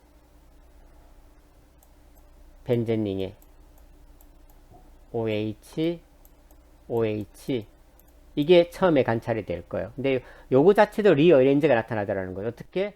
여기 있는 O에서 이중결합이 이동하게 되고 이렇게 가게 되고 여기 있는 게 이렇게 가고 여기 있는 삼중결합이 이렇게 이중결합 가게 되면은 요게 만들어지는 거죠. 149라는 이온도 관찰이 되는 거예요. 이렇게 해서. 그죠? 그래서 생각보다 우리 레트로 다이엘스 알드 리액션에 의한 링 클리베이지 이 조각이온은 쉽게 관찰이 된다라고 보시면 돼요. 루테올린도 마찬가지입니다. 마찬가지로 역시 여기가 끊어져서 요게 관찰이 되는 거죠. 에리오딕틸도 역시 여기가 끊어지게 되면 이게 관찰이 됩니다. 이렇게 쉽게 볼 수가 있어요. 요것도 마찬가지죠. 여기가 끊어지면서 여기가 삼중결합이 막 만들어지잖아요. 이렇게 만들어지는 거예요. 이렇게. 그죠? 아까는 보게 되면은, 약간 이렇게 관찰이 되는 거죠. 그죠? 이렇게. 그죠? 그래서 우리가 이런 플라보노이드 화합물 같은 경우에 레트로 다이엘스 알드 리액션이야 링 클리베이지 프로덕트 그런 조각 이온들을 잘 볼 수가 있다. 자, 그 다음에 이제 뭐 우리가 약물에서 할 때 페이지 1만 하지 않으니까 1, 2를 동시에 많이 보잖아요. 그래서 할 때 일반적으로 조효소는 CYP에 대한 조효소 UDPGA, CYP에 대한 조효소 NADPH, 그다음에 UGT에 대한 조효소 UDPGA를 넣고 실험을 진행을 해요. 그리고 평가한 물질이 있겠죠. 그런데 이 UGT 요소 같은 경우는 안쪽에 박혀 있다라고 이야기를 했어요. 그죠? 그렇기 때문에 이 멤브레인을 구멍을 뚫어주는 알라메티신도 같이 넣어줘서 반응을 많이 시킨다라고 보시면 되고, 그 다음에 사카로락톤 같은 요소는 잘 안 넣어줘요. 안 넣어주나 넣어주지 않으나 뭐 결과가 유사하다라는 논문들이 많이 나와가지고서 요새는 사카로락톤을 넣어주지는 않습니다. 이렇게 조효소 두 개에 멤브레인 포어링 에이전트 알라메티신을 넣고 실험을 진행을 합니다. 역시 반응은 37도씨에서 진행을 하고 분석 결과는 LC 메스메스로 실험을 하게 되겠죠. 이 KR 화합물 같은 경우는 화학연구원에서 개발을 진행했던 당뇨병 치료제였어요. 그래서 그 당시 혹시 제가 어떤 연구 프로젝트로 수행한 화합물이었는데 여기에 대해서 잠깐 소개를 드리도록 하겠습니다. 자, 인비트로 드럭 메타 프로파일링을 해본 거죠. 해보니까 우리가 어느 정도 예상이 되잖아, 그죠? 그래서 페어런트 화합물의 MOVG 값을 주는 거죠. 준 거. 그 다음에 하이드록실레이션 된 거, OD 메틸레이션 된 거, 다음에 두 개가 다 일어난 거. 이거죠. 그 다음에 각각이 하이드록실레이션 되고 나서 글리크로나이드 컨주게이터, OD 메틸레이션, 글리크로나이드 컨주게이터 두 개가 일어나고 이렇게 이런 것들이 다 관찰이 됐어요. 되게 재미있는 화합물이었죠. 이렇게 아주 대표적으로 아주 재밌게 이렇게 많이 관찰되니까 그 당시 좀 재밌게 실험을 진행했던 것 같아요. 자, 프로트 안스캔에서 아까 설명을 드렸어요. 그죠? 그래서 어떤 드럭 메타볼라이트의 구조를 확인하는데 가장 많이 사용되고 있는 테크닉이 프로덕트 아이온 스캔이라고 생각하시면 됩니다. 자, 해보는 거죠. 자, 페어런트, 우리가 대사물의 구조를 아이디어할 때 가장 중요한 게 뭐라고 그랬습니까? 일단, 모화합물이 어떻게 깨져 나가는지 그 패턴을 정확하게 알아내야 된다 라고 하는 거였어요. 그죠? 자, 페어런트 화합물을 294를 선택을 해서 메스메스를 한 결과예요. 모화합물 293이니까 프로토네이션 되게 되면은, 그죠? 프로토네이션 되게 되면 294가 되겠죠. 자, 해보니까 이온이 179하고 235가 보였어요. 뭐 다른 이온들도 보였지만 굳이 모화합물의 구조를 해석하는데 다른 화합물들이 도움이 되지는 않았어요. 그래서 무시한 거죠. 179하고 235가 보였다라는 거죠. 자, 그럼 235, 179조가 뭘까라고 보는 거죠. 해보니까 이 구조를 보게 되니까 보통 CC 본드보다는 C하고 헤테로탄 간의 본드가 더 잘 끊어져요. 왜? 본드의 결합 에너지가 더 낮기 때문에. 그래서 여기가 깨지지 않을까라고 생각해서 해보니까 요게 235였죠. 235에 대해서 구조를 알아낸 거다. 그죠? 이렇게 해놓고 보니까 자,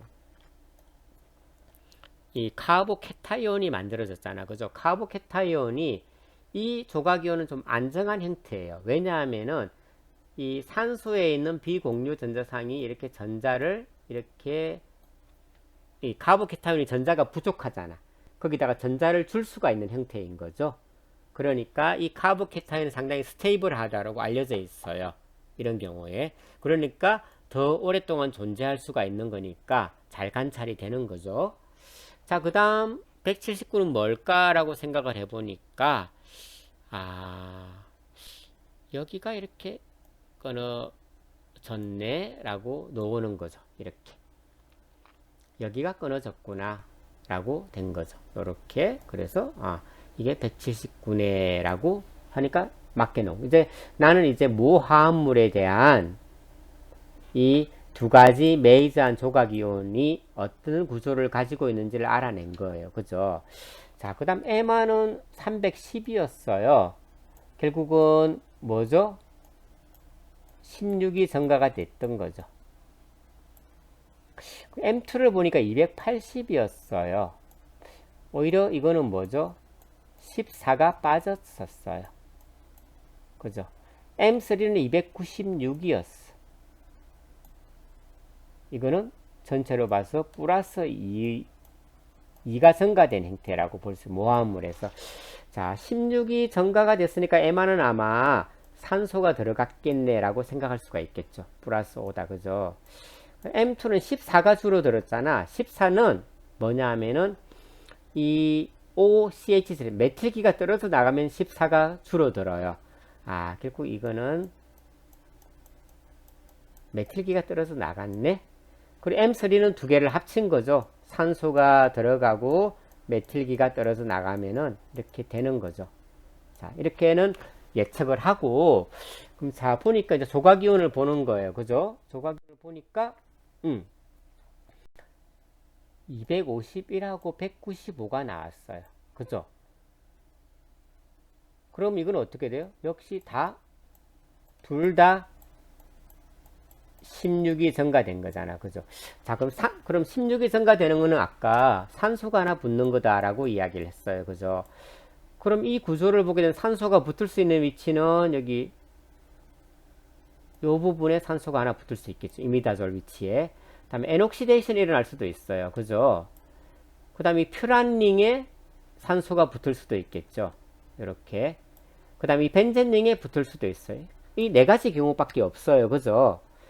자, 이 네 가지 경우를 가지고서 아까 여기가 끊어졌을 때 235가 나왔으니까 예측을 해보는 거죠. 자, 여기에 옥시데이션이 되려면 235가 나와야 돼요. 엔옥시데이션이 일어나도 235가 나와야 돼요. 근데 안 나왔잖아. 여기도 아니고 여기도 아니다. 퓨란링에 옥시데이션이 일어나게 되면은 이렇게 떨어지니까 251이 나와요. 벤젠린 옥시데이션도 251이 나와요. 251 나왔어. 그 말은 요쪽에서 산화가 되었네 라고 이제 우리는 251로부터 알 수가 있는 거죠. 자, 그럼 또 195가 보이잖아. 또 16이 차이가 나요. 자, 아까 퓨란링 이렇게 끊어졌잖아. 그죠? 역시 그렇게 끊어보는 거죠. 그렇게 끊어보니까 퓨란링 하이드록실레이션 경우는 297이 나와요. 근데 벤젠링 하이드록실레이션 같은 경우는 195밖에 안 나오네. 그럼 뭐죠? 위치가 이 퓨란링에 하이드록실레이션 된 거네 라고 우리는 알아낼 수가 있는 거죠. 이렇게. 그죠? 자, 그 다음 해보니까 14가 줄어들어 있어요. 그죠?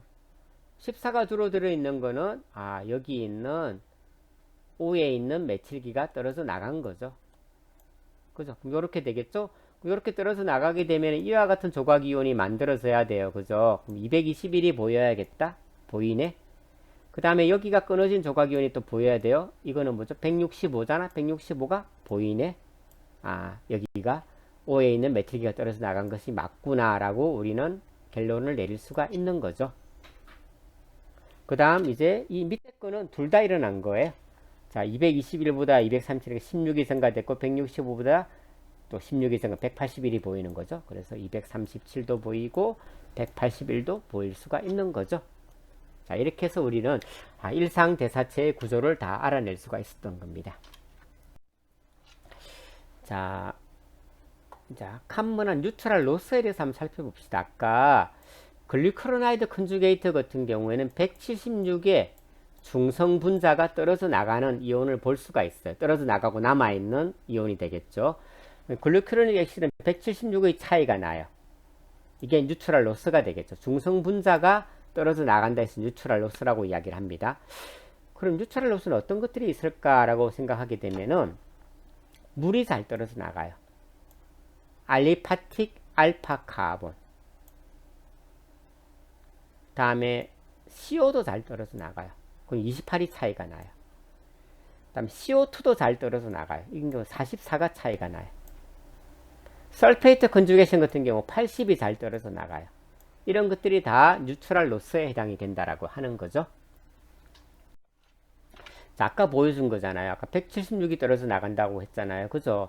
그럼 실제 이 글리크로나이드 컨주게이트에 떨어져 나가는 형태는 요게 이런 형태로 게 176입니다. 이게 중성 분자잖아. 그죠? 그래서 이걸 우리가 뉴트럴 로스다라고 이야기를 하는 거예요. 떨어져 나가는 게 중성 분자이기 때문에. 그죠? 요게 떨어져 나갔으니까 결국은 여기가 끊어진 거잖아요. 그래서 얘는 OH2 플러스가 돼가지고서 198의 조각이온이 보이는 거죠. 그죠? 자, 또 다른 뉴트럴로스 볼까요? 할로페리돌이에요. 우리가 정신계 질환에 많이 사용을 하고 있는데 여기 OH가 있잖아요. OH가 있고 여기 알리파틱 위치에 하이드로젠이 있어요. 그럼 여기에 떨어져 나가고 여기가 이중결합이 생성이 되는, 그죠? 물이 떨어져 나가는 게 관찰이 된다라고 하는 거죠. 뭐 요거는 그래도 물 같은 거는 잘 떨어져 나갈 거다라고 생각이 되는데, 그리고 링이 뭐 크게 깨진 것도 아니잖아요. 그냥 떨어져 나가 위중결합이 생성됐으니까 이거는 뭐 쉽겠다라고 생각하는데 CO는 되게 특이해요. 이 다이아제팜 계열의 약물이거든요. 근데 이거 같은 경우는 CO가 여기 있잖아요. 그죠? 여기 있는데 이게 떨어져 나가고 이게 7 멤버드 링인데 6 멤버드 링으로 바뀌어요. 이런 것도 잘 형성이 된다라고 하는 거죠. 특이하죠. 그죠? 하지만 생각보다 잘 만들어져요. 이런 게. 그 다음 또 우리가 이상약물 대사 관련해서 또 대표적인 게 글루코로나이드 컨주게이트 말고 또 뭐가 있죠? 이 글루타사용 컨주게이트가 있어요. 글루타사용 컨주게이트 같은 경우는 129의 뉴트럴 로스가 관찰이 된다라고 합니다. 129가 뭐냐 하면 여기 있는 아미노산이 요 아미노산이 떨어져 나가는 거죠. 요렇게. 이게 129예요. 그래서 129니까 488이라고 하는 이온이 관찰이 된다라고 합니다. 그죠? 자, 이거 같은 경우는 우리가 프로덕트 아이온 스캔을 통해서 얻은 매스 스펙트럼이 되겠죠. 그죠? 근데 우리가 또 텐덤 매스 기법 중에 뉴트럴 로스 스캔이라고 이런 것도 있어요. 그럼 어떻게 줍니까? 뉴트럴 로스 스캔에서 우리가 글루타차이온 컨주게이트를 확인할 때는 129의 뉴트럴 로스가 있는 컨주게이트가 있는지 확인해 보라고 하면은 이렇게 피크가 하나, 두 개, 세 개가 나왔어. 이 말은 뭐죠? 글루타사이온 컨주게이트가 몇 개 있다? 세 개가 있구나 라고 하는 것을 알려주는 거죠. 그죠? 이렇게 해볼 수가 있습니다. 그 다음에 우리 프로테오믹스 하게 되면은 PTM 이야기 하잖아요. 포스트 트랜스크립셔널 마디피케이션, PTM을 이야기하게 되는데, PTM 중에서 포스포릴레이션이 가장 대표적인 PTM이잖아. 그죠? 그런 경우에 항상 98의 뉴트럴 로스가 관찰이 돼요. 네, 포스페이트가 98이니까. 그죠? 이런 것들. 자, 이거 같은 경우도 MH가 2061인데 98이 떨어져 나간 피크가 보인다라고 하는 거죠. 그죠? 요게 보이게 되면은, 아, 포스포릴레이션이 일어났구나 하는 걸 알 수가 있다라고 하는 거죠. 자, 네. 그렇게 해서 우리가 뭐 매스매스 스펙트럼도 해석도 해보고, 그 다음에 다양한 이상대사 효소에 대해서 어떤 컨주게이트도 좀 봤고, 그 다음에 그런 경우 뉴트럴 로스가 어떻게 만들어지는지 그런 것도 살펴봤어요. 그 다음에 이제 에타복삼이라고 하는 살균제, 에타복삼? 살균제였던 것 같아요. 네. 에타복삼인데,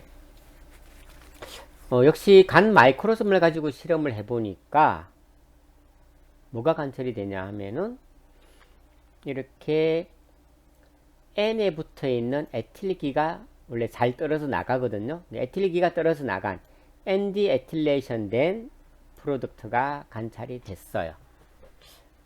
그죠? 이런 게 관찰이 되더라고 하는 거죠. 당연히 여기라고 생각할 수는 있어요. 그런데 보게 되면은 여기도 에틸기가 있잖아요. 그죠? 여기는 에틸기가 떨어져 나가도 분자량은 동일할 것 같아요. 그런 경우가 생길 수 있다라고 하는 거죠. 자, 미생물을 가지고 실험을 해봤어요. 미생물 대사 연구도 가능하거든요. 에타복삼을 가지고 해보니까 가수분해가 일어나요. 여기가 떨어져 나갔어요. 이렇게. 그 다음 또 하이드록실레이션 된 것도 보였어요. 그 다음 역시 또 ND 에틸레이션 된 것도 보였다라고 하는 거죠. 그 다음 미생물을 가지고 있기 때문에 이상대사도 같이 일어났어요. 그래서 O 메틸레이션 된 메틸 트랜스포레이즈에 의해서 메톡실레이티드 에타복솜도 관찰이 된 거죠. 자, 이런 것들을 우리가 볼 수가 있었습니다. 그죠? 자, 그런데 요 대사체가 문제가 되는 거예요. 대사체의 구조를 우리가 어떻게 볼 수 있을까 한번 좀 자세히 살펴봅시다. 자, 분자량이 292인데 그죠? 자, 여기서 이 위에 있는 에틸기가 떨어져 나가도 292니까 프로토네이션 되는 게 293이 보여요. N에 붙어 있는 에틸기가 떨어져 나가도 역시 293이 되는 거죠. 그러니까 사실은 이 M 오브 G 값만 가지고는 어디에 있는 에틸기가 떨어져 나간지를 알 수가 없다라고 하는 거죠. 그 조각이온을 봤어요. 조각이온을 보니까 뭐 172, 155, 127이 나왔잖아요. 172가 여기가 떨어져 나가도 172, 155, 127이 보여요. 그런데 N에 있는 에틸기가 떨어져 나가도 172, 155, 127 다 관찰이 된다라고 하는 거죠. 그러니까 이 매스매스 스펙트럼만 해석을 해가지고서는 어디에 있는 게 떨어져 나갔는지를 우리가 확신할 수는 없다라고 하는 거예요. 그죠? 확신할 수가 없다라고 하는 거죠. 이 경우 어떻게 해야 될까요? 자, 이런 경우는 우리가 매스매스만 가지고서는 우리가 구조를 확인할 수가 없고 뭘 해야 된다? NMR을 해야 되는 거죠. NMR을. 자, NMR에는 여러 가지 그 기법들이 있는데 이 화합물의 이 대사물의 구조를 밝히는 데는 뎁트라고 하는 테크닉이 아주 유효했어요. 뎁트라고 하는 테크닉이. 뎁트라고 하는 것은 이 카본 C13NMR에 해석하는 한 가지 기법 중에 하나가 뎁트예요. 뎁트. 그죠? 자, 이게 모화합물이에요. 모화합물에 보니까 자, C13NMR을 찍으니까 여기 피크가 뭐 보이고 여기도 보이고 여기도 보이고 피크 여러 개 보이죠. 탄소 개수만큼 보일 거예요. 그죠? 자, C1의 A C1의 A를 보세요. C1의 A 같은 경우는 CH2잖아. 그죠? CH2예요. 그죠? CH2니까 어디서 관찰이 될까요? 아래쪽에서 관찰이 되는 거. 여기가 CH2 카본은 이 NMR 스펙트럼에서 아래쪽에서 관찰이 돼요. 그리고 CH하고 CH3는 에 해당하는 카본은 위에서 관찰이 돼요. 그죠? 그러니까 1A는 CH2니까 여기서 관찰이 된 거겠죠. 2A도 CH2니까 이게 2A예요. 여기서 관찰이 되겠죠. 1B는 CH3잖아. 여기서 관찰이 된 거예요. 이게 2B예요. 2B. 이렇게. 그죠? 이렇게 관찰이 된 거죠. 그죠? 자, 그랬는데, 대사물을 분리 정제를 해냈어요. 대사 실험한 거를. 아주 노력이 엄청났겠죠. 그죠? 분리 정제를 해가지고서 NMR을 찍어보니까, C1의 A가 없어졌어요. 여기가 없어지고, C2의 A는 있어요. 그죠? 그리고 C1의 B도 없어지고, C2의 B가 있어요. 요거는 있으니까 존재하는 거고, N의 에틸기가 떨어져 나갔으니까 여기가 없어진 거죠. 결국 이 NMR 스펙트럼을 가지고서 이거는 뭐다? N에 있는 에틸기가 떨어져 나갔구나 라고 우리가 알 수 있었던 겁니다. 되겠죠? 이렇게 해서 구조를 밝히기도 했어요. 자, 그 다음에 이제 요새 최근 할 때는 이제 질량 분석기를 만드는 회사에서 이 매스 프론티어라고 하는, 그죠? 소프트웨어를 다 제공을 해주고 있어요. 그래서 좀 더 조각이온의 구조를 좀 더 쉽게 알 수 있게끔 제안을 해주는 거죠. 그래서 이런 프로그램을 이용하게 되면 좀 더 대사물의 구조를 쉽게 아이디할 수도 있겠다 라고 합니다. 뭐 다양한 우리가 이런 가스 페이지 상에서 일어날 수 있는 반응들을 다 정리를 해놨어요. 그걸 가지고 프로그램을, 소프트웨어를 만든 거죠. 그래서 아이오니제이션, 클리베이지, 하이드로젠 리어레인지먼트, 여기 감마 하이드로젠 리어레인지먼트, 맥라프티 리어레인지먼트도 여기 다 포함이 되어 있는 거죠. 그죠? 이런 것들, 또는 일렉트론의 시프트, 그런 것들을 다 넣어준 거예요. 그렇게 해서 예측을 하고 있는 거죠. 그래서 매스 프론티어를 가지고 하게 되면 좀 더 구조를 예측하기가 쉽다 라고 합니다. 자, 그 다음에 아까 그 동일한 화합물이었는데 이상 대사체로서 뭐 310, 280, 296이 나오더라는 거예요. 486을 깨보니까 310이 나오고, 456을 깨니까 280이 나오고, 472를 깨니까 296이 나오더라고 하는 거죠. 485를 깼을 때 요거 나온 거고, 472는 요렇게 된 거고, 487은 요렇게 된 거예요. 그죠? 이렇게 다양하게 우리가 구조를 해석할 수 있었고, 이런 걸 통해 가지고서 해보니까 또 뭐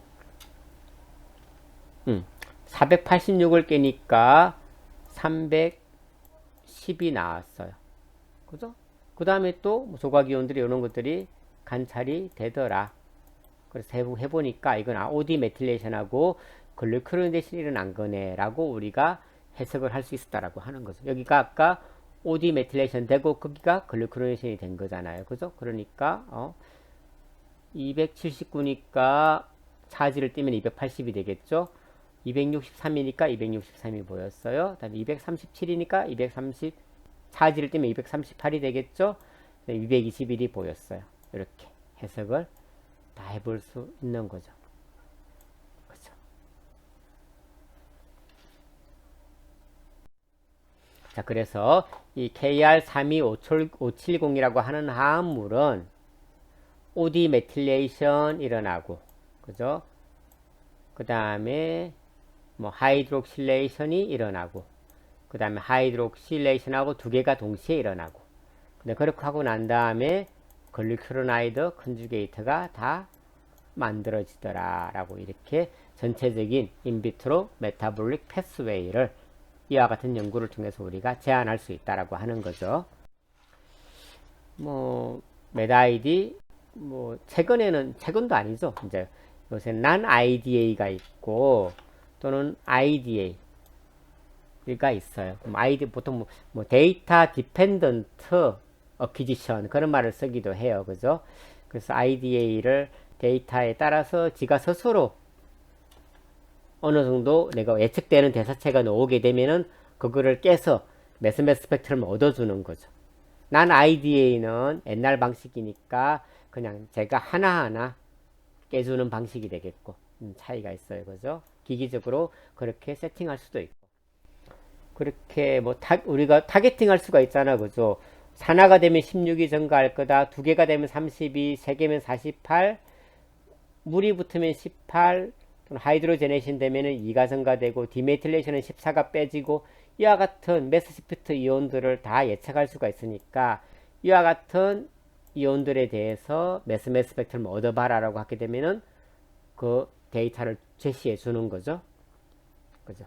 이렇게 할 수 있게끔 프로그램적으로 다 되어 있습니다. 그죠?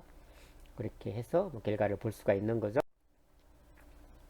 그래서 나는 IDA를 하니까 7개밖에 못했는데 IDA를 하니까 훨씬 더 많은 것들을 우리가 IDA를 할 수 있더라라고 이야기를 하고 있습니다. 그 다음에 이제 아까 제가 너무 마이크로즘만 보여주니까 헤파토사이트는 필요 없을까 하는데 제가 크라이오 프리저브드 휴먼 헤파토사이트를 가지고도 역시 한번 진행을 해봤습니다. 크라이오 프리저브드 휴먼 헤파토사이트를 쓰게 되면 장점이 있는데 인체가 마이크로즘을 할 때는 NADPH를 넣어줘야 돼. 조효소를. 그리고 반응을 진행을 해야 되잖아요.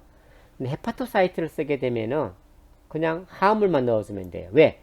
헤파토사이트 내에 이미 조효소가 다 들어가 있는 거죠. 조효소가 이미 있기 때문에 굳이 넣어줄 필요가 없어요. 그래서 화합물만 넣고 실험을 진행하면 된다. 그런 장점이 있더라. 동일한 화합물을 가지고 해보니까 이렇게 하이드록시 된 것도 확인이 되고 OD 메틸레이션 된 것도 확인이 되더라. 그리고 OD 메틸레이션 되고 글리크로나이드도 확인이 되더라. 이렇게 확인을 이렇게 3개를 확인할 수가 있었어요. 그러니까 마이크로즘 했던 것보다는 조금 작게가 됐어요. 이렇게. 그래도 뭐 이 결과는 마이크로즘의 결과하고 헤파토사이트의 결과가 완전히 다르진 않구나. 거의 유사하다라는 것을 보여주는 결과라고 우리가 말을 할 수가 있겠습니다.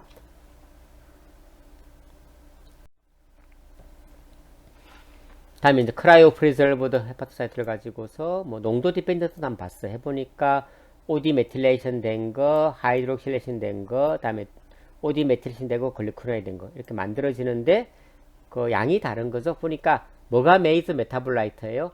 OD 메틸레이션 된 게 메이저 메타볼라이트인 거예요. 그러니까 여기에 대한 글리코나이드를 볼 수 있었던 거죠. 메이저 메타볼라이트의 글리코나이드를. 그죠? 보통 이렇게 타임 디펜던시도 보게 돼요. 시간에 따라서 이게 증가를 해야 되겠죠. 그래야 대사체인 거니까. 이렇게 타임에 따라서 증가가 되더라. 둘 다 하이드록실레이션 됐든 OD 메틸레이션 되었던 그런 것들도 우리가 대사 연구를 통해서 이게 진짜 대사물이 맞는지 아닌지를 확인하는 또 중요한 단계라고도 볼 수가 있습니다. 그죠? 그리고 헤파토사이트를 가지고서도 스테빌리티를 역시 볼 수가 있어요. 실제 본 거죠. KR 컴파운드 4종에 대해서 이렇게 봤었고 이때 제가 파지티브 컨트롤로 테스토스테론을 넣었어요. 테스토스테론을 해보니까 이와 같은 결과가 나왔죠. 대략적으로 방광기가 한 1시간 금방이 되는 거였는데 실제 이 테스토스테론의 방광기하고도 동일했었습니다. 차이가 나지 않았기 때문에 이 뇌 실험 결과를 우리가 신뢰할 수 있었던 거죠. 그 다음에 또 엔자임 키네틱스 연구를 하게 돼요. 아까 대사물이 생성이 되더라. 그와 같은 대사물 생성에 어떻게 키네틱이 되는지 볼 수가 있는 거죠. 자, 일상 대사체가 2개, 하이드록실레이션 된 거, OD 메틸레이션 된 거 있었는데 이렇게 플랫을 얻었습니다. 이걸 우리가 MM 플랫이라고 이야기를 하죠. 미켈레스 멘텐 플랫이에요.